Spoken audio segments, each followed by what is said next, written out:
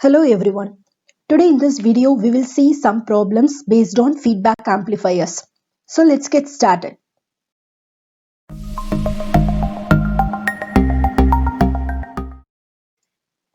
So our first question is, to obtain very high input and output impedances in a feedback amplifier, the topology mostly used is.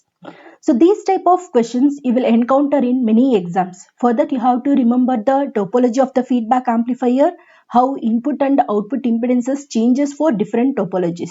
For example, if it is the voltage series, voltage series, this voltage series feedback amplifier is also called as the series shunt feedback amplifier or voltage amplifiers.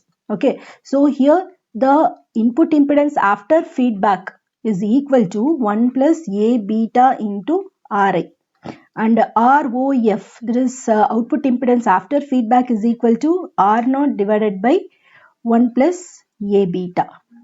Okay, next for the voltage shunt.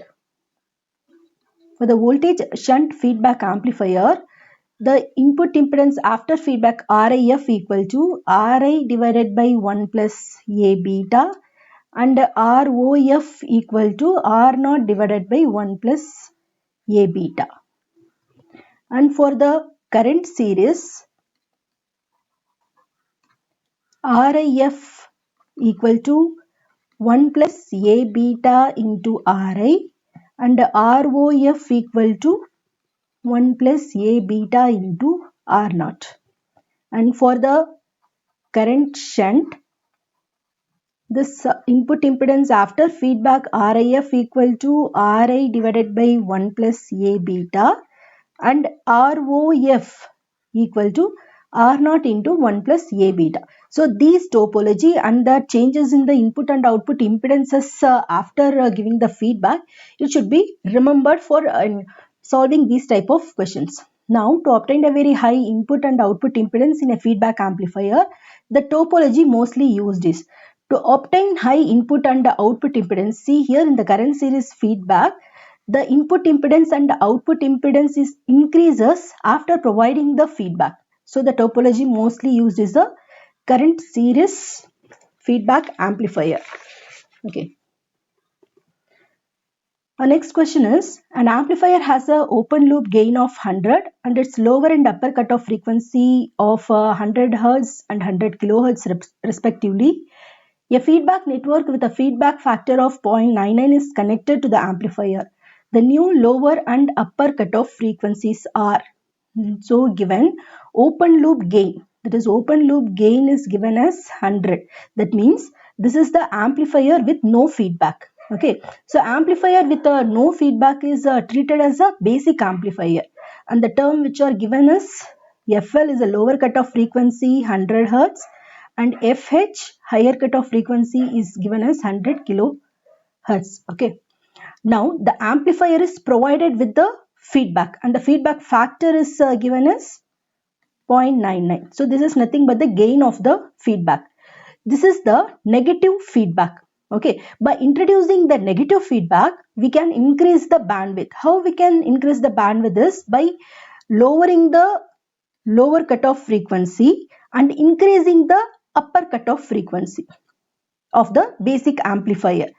Now the new lower cutoff frequency after providing the feedback is, we have to lower the lower cutoff frequency by a factor of 1 plus A beta. So FLF will be equal to FL divided by 1 plus A beta, and FHF, that is higher cutoff frequency after providing the feedback, will be equal to FH into 1 plus A beta.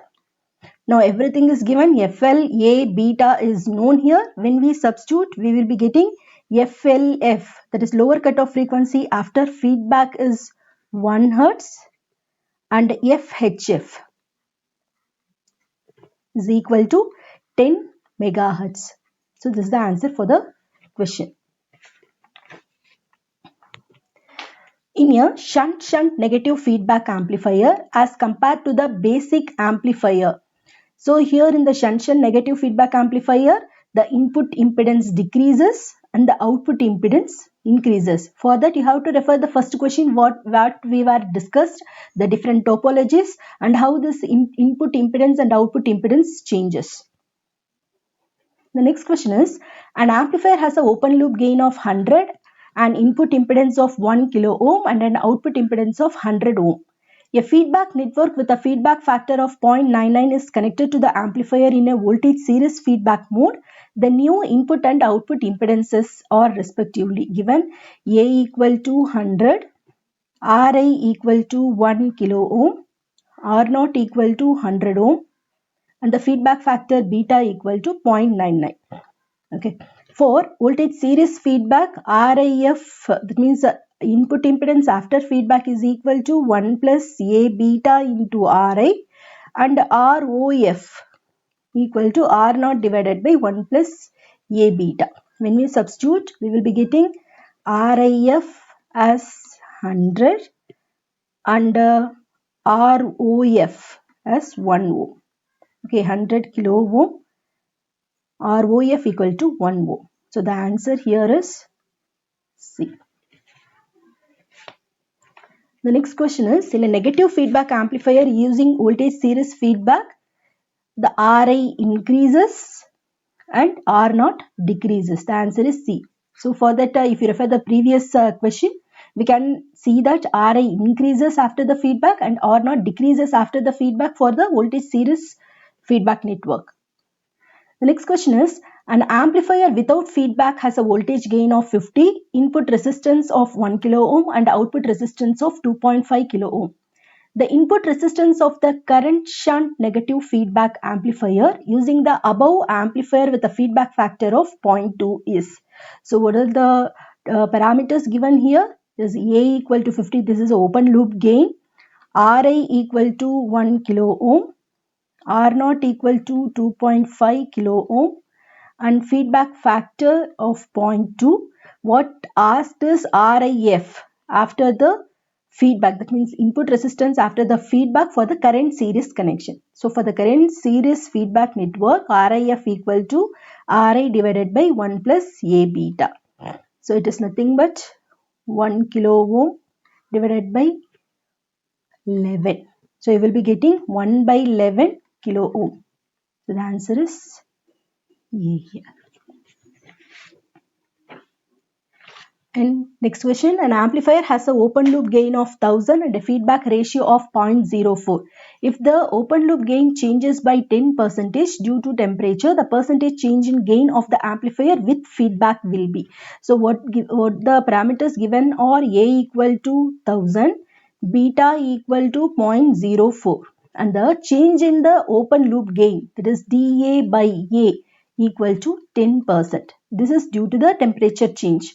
So now the question asked is the percentage change in the gain of the amplifier after feedback.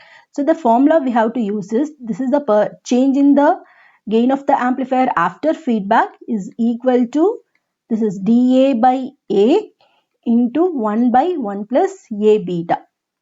So this is nothing but 10 into 1 by 1 plus A is 1000 into 0.04. When you substitute, you will be getting 0.25%. So the answer is C here. Next question, for the voltage series negative feedback amplifier has a voltage gain without feedback of A equal to 500, input resistance R equal to 3 kilo ohm and a feedback ratio beta equal to 0.04. The voltage gain AF and the input resistance RIF of the amplifier with respectively R. So given A equal to 500, Ri equal to 3 kilo ohm, beta equal to 0.01. So how we calculate the gain after feedback? It is nothing but A divided by 1 plus A beta. Okay. Now when we substitute the values here, 500 divided by 1 plus 500 into 0.01, we will be getting 83.33. The gain is 83.33. Now for voltage series feedback connection, RIF equal to 1 plus A beta into Ri. Okay, when we substitute, we will be getting 18 kilo ohm. So the answer here is 83.33 and 18 kilo ohm. The answer is A. The next question is match the list negative feedback with the list to common names. So these are the topologies and the common names used here. So voltage shunt feedback amplifier. The common name here is the trans resistance amplifier. This is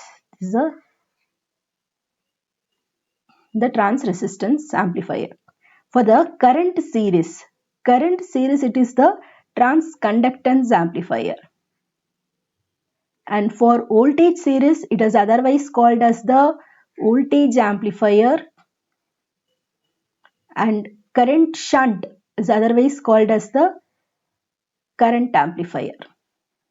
Okay, voltage shunt is otherwise called as trans resistance, current series otherwise called as trans conductance, voltage series otherwise called as voltage amplifier, current shunt otherwise called as the current amplifier.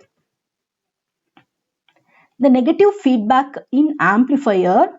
The negative feedback in amplifier is mostly used for reducing the distortion. And a feedback circuit usually employs, when you see any feedback circuit, it usually employs the resistive network. Okay.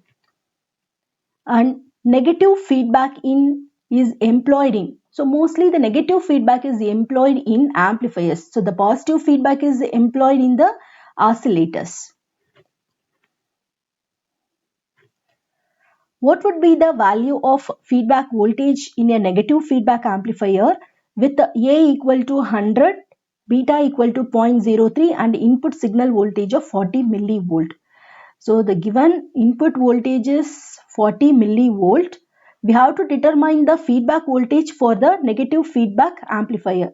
So the formula used should be, that is the voltage after the feedback will be beta into V naught. So Vf will be equal to beta into V naught. V naught is not given in the question, but it can be easily determined by the values provided here. Beta into V naught is nothing but A into Va, because the gain is nothing but the output voltage divided by the input voltage. So output voltage will be equal to A into Va. So when we substitute beta value A and Vi here, we will be getting Vf equal to 0.12 volt.